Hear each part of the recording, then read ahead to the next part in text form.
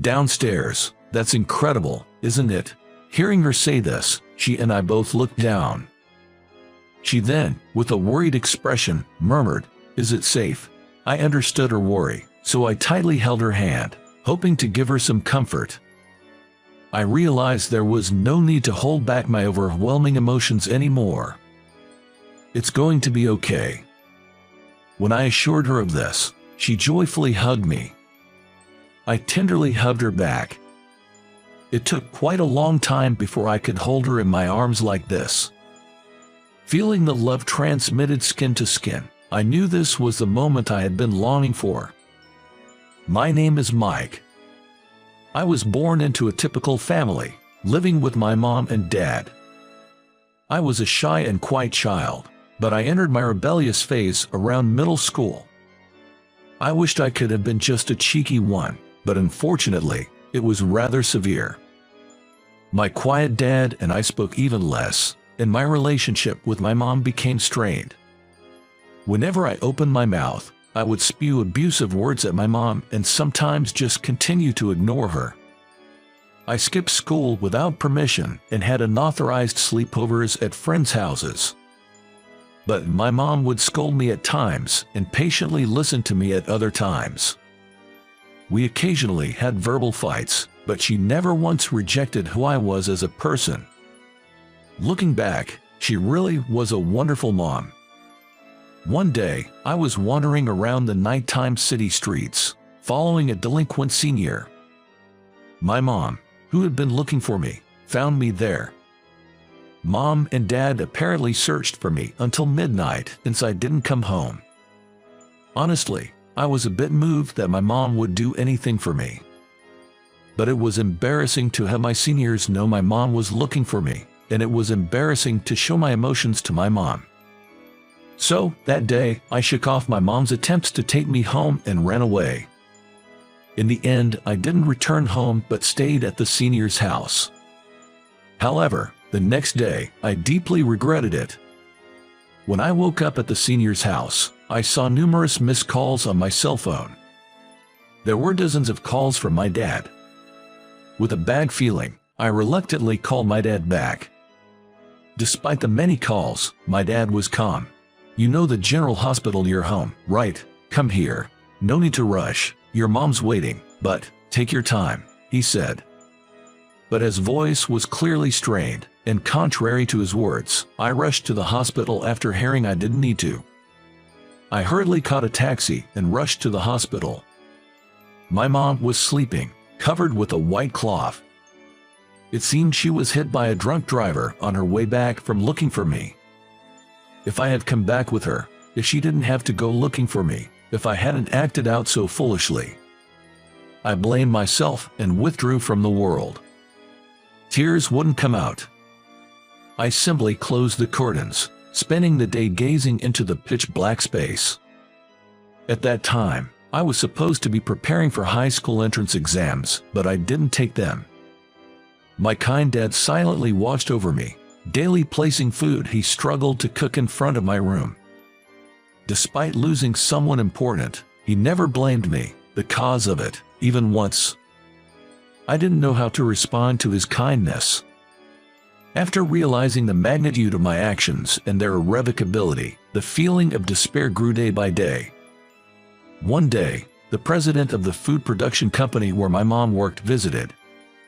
My mom, it seemed, worked as an executive assistant at the company dealing mainly with condiments.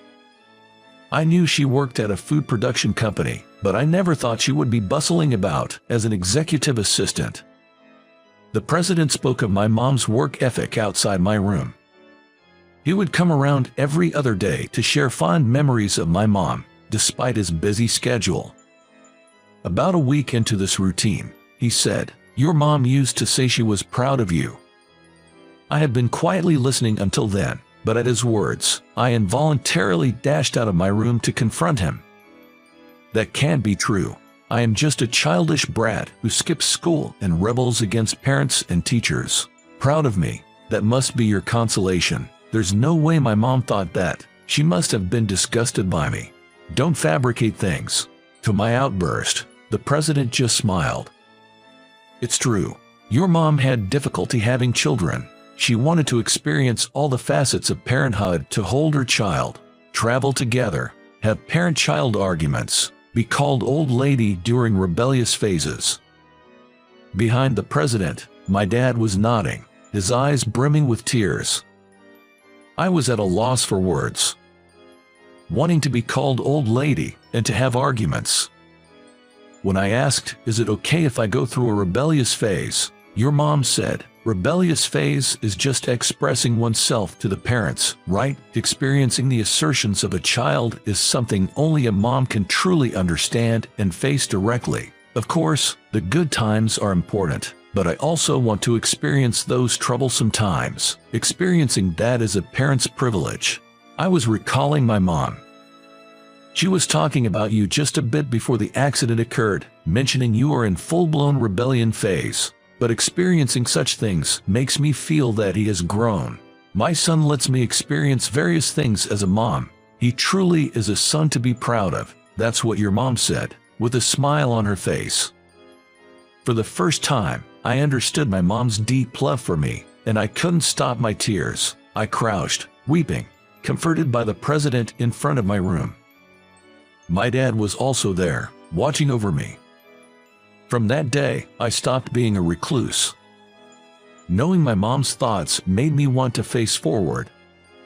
Invited by the president, I started working at a subcontractor factory of his food production company. He told me I could aim to take high school exams while working or pursue something else I might find. He provided a place for me until I could find my dream. But still, without a dream at that time, I devoted myself to the job at hand. Everyone in the factory, including the president, knew my circumstances, and they were strict but kind. Since I didn't take the high school exams, everyone took turns helping me study during breaks. In the workplace with many older people, I met a girl of my age. Her name was Hannah. Hannah, 2 years my senior, also didn't finish high school. Coming from a poor family, she gave up her education to work so her younger brother could study. Despite being only 2 years apart, Hannah worked so hard. Even though her circumstances were far from ideal, Hannah always remained cheerful and positive, never showing any sign of bitterness or defiance. She often lifted my spirits. 3 years after starting to work in the factory, Hannah made a proposal to me. "I'm not great at studying, but you, Mike, you pick things up so fast, don't you? Why don't you try taking the high school equivalency exam? I'm sure it'll benefit you in the future." Encouraged by the words of Hannah and by the people at the factory who taught me, I took the high school equivalency exam. And I passed it with flying colors. When I showed the passing notice to Hannah, she beamed with joy.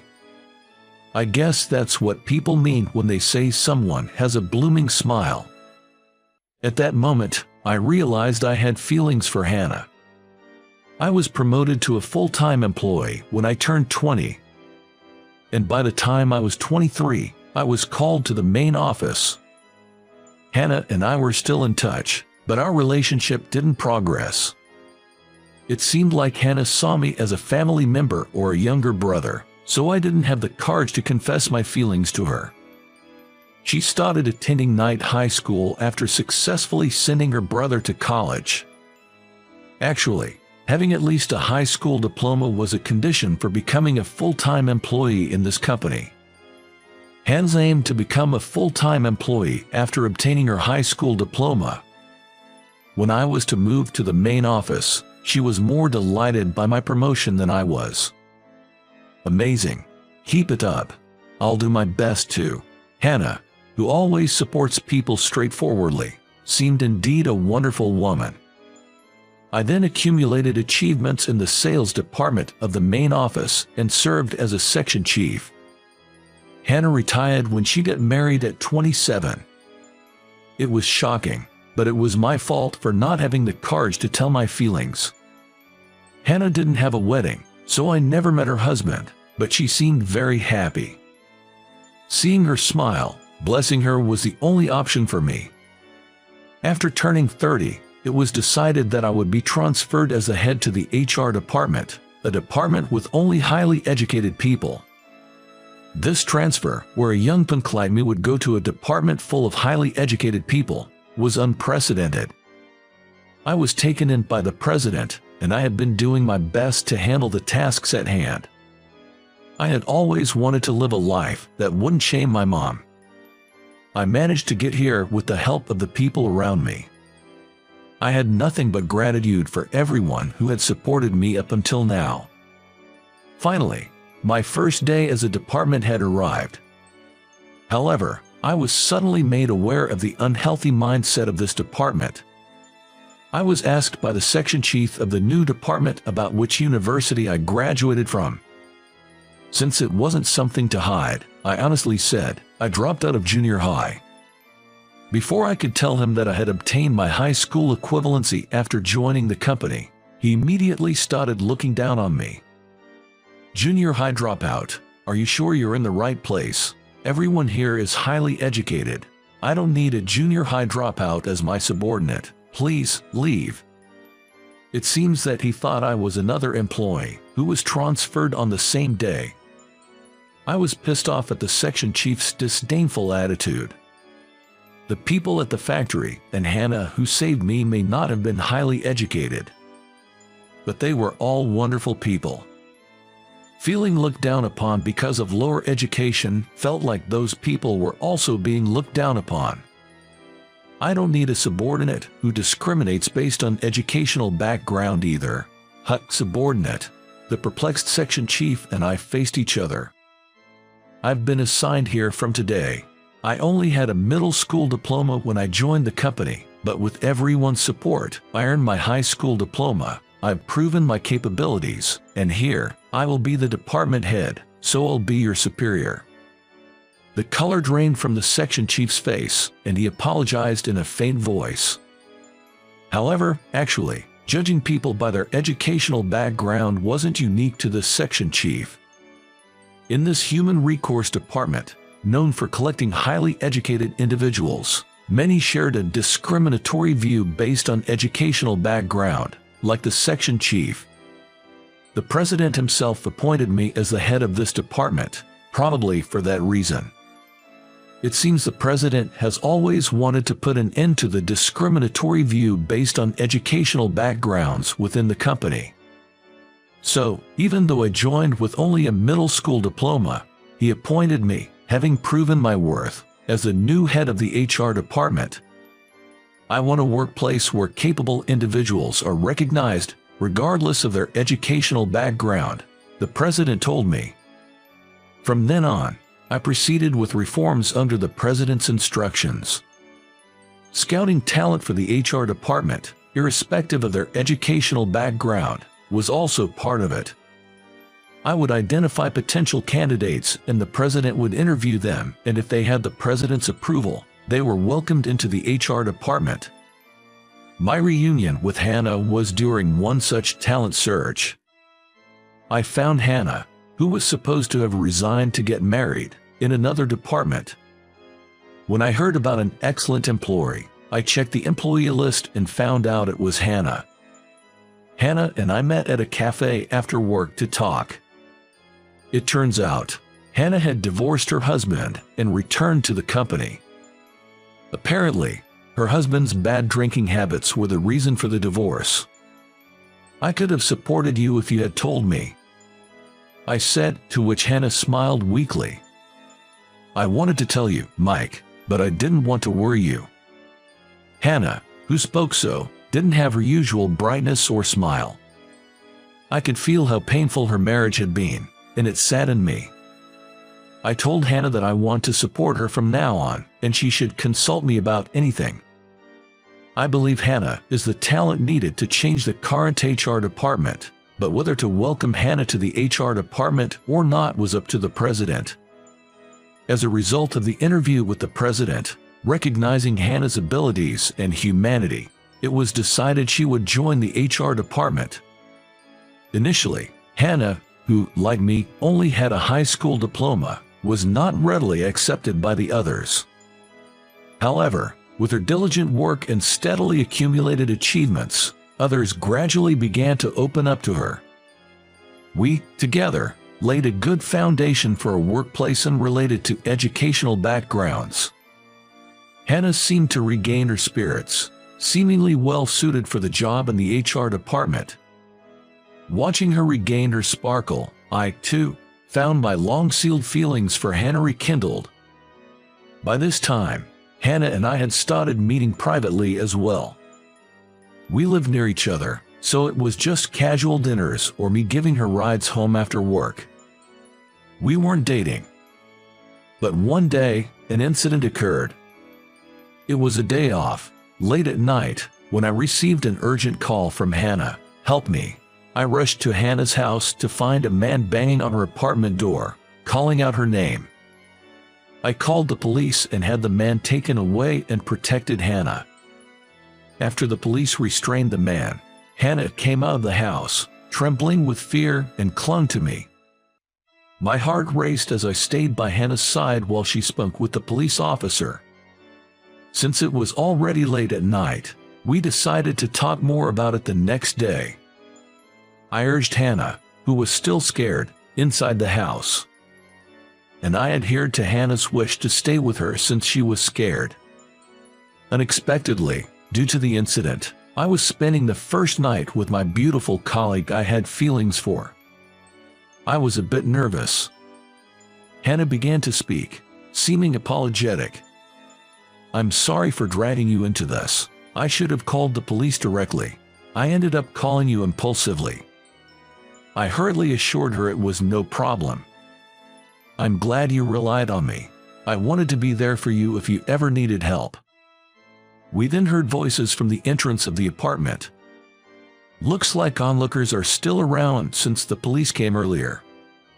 Downstairs, "That's incredible, isn't it?" Hearing her say this, she and I both looked down. She then, with a worried expression, murmured, "Is it safe?" I understood her worry, so I tightly held her hand, hoping to give her some comfort. I strongly felt I wanted to protect her.